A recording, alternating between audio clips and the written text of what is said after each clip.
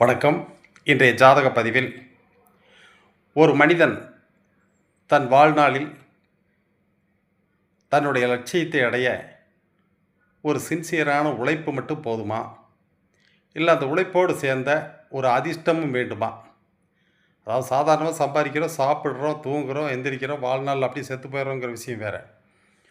தன்னுடைய ஆசைகள் நிறைவேற, தன் உச்சத்தை எட்டி பிடிக்க, இந்த வாழ்நாளில் ஏதாவது ஒரு சாதனை செய்வதற்கு வெறும் உழைப்பு மட்டும் போதுமா என்றால், உழைப்பு என்பது கல்லில் நார் உரிக்கிற மாதிரி. அதோடு சேர்ந்து அதிர்ஷ்டம் வேணும். மலையளவு பாடுபட்டாலும் கடுகளவு அதிர்ஷ்டம் வேணும் கண்டிப்பாக. இன்றைக்கி ஒரு சராசரி மாணவன் ஒரு நல்ல ஜாப்பில் இருந்து பெரிய சம்பளம் வாங்குறதையும் பார்க்குறோம். நீங்கள் இன்றைக்கி போனால் பார்க்கலாம். 2 கோல்டு மெடல் வாங்கின படிப்பில் 2 கோல்டு மெடல் வாங்கின ஒருத்தர் ஈரோடு பன்னீர்செல்வம் பார்க்கில் பார்த்தீங்கன்னா உங்களுக்கு பேனா விற்றுருக்கார். இது மாதிரி நிறைய சொல்லலாம். இசைத்துறையில் சொல்லலாம், தொழில்துறையில் சொல்லலாம், விளையாட்டுத் துறையில் சொல்லலாம்.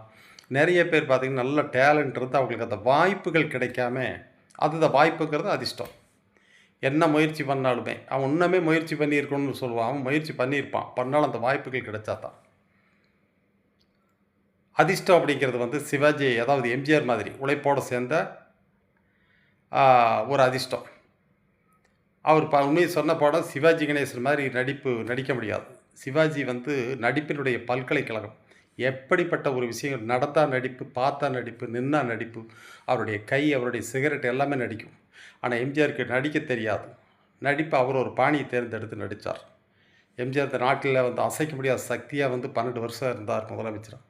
ஆனால் சிவாஜி கணேசன் நின்று அவருடைய நடிப்புக்காகவாவது அவர் நின்ன தொகுதியில் ஒரு எம்எல்ஏவாக தேர்ந்தெடுத்திருக்கலாம். அதுலேயே தோத்துட்டார். அதே மாதிரி தான் உழைப்புன்னு சொல்கிறது இன்றைக்கி கம்யூனிஸ்ட் கட்சி மாதிரி 100 வருஷமாக அங்கே பாடுபடுறாங்க. ஒரு மாநிலத்தில் தனியாக நின்று ஒரு இடத்துல ஜெயிக்க முடியறதில்ல, மேற்கு வங்காளத்தை தவிர.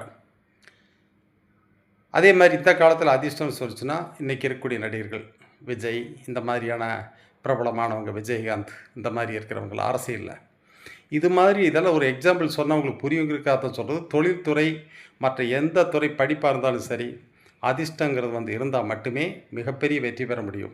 அதுக்கு ஜாதகத்தில் 5ஆம் இடமும், 5ஆம் இடத்துல நல்ல பலமான அமைப்புகள் இருந்தால் அவங்க முன் ஜென்மத்தில் பேங்க்கில் பணம் போட்டு வச்ச மாதிரி எப்போ வேணாலும் நான் போய் பணம் எடுத்துக்கலாம். இங்கேருந்து போன இது பணம் வாங்கிட்டு வந்துடலாம். இல்லைன்னு சொல்லிச்சுன்னா எம்டியாக இருக்கும். அந்த மாதிரி ஒரு அமைப்பு.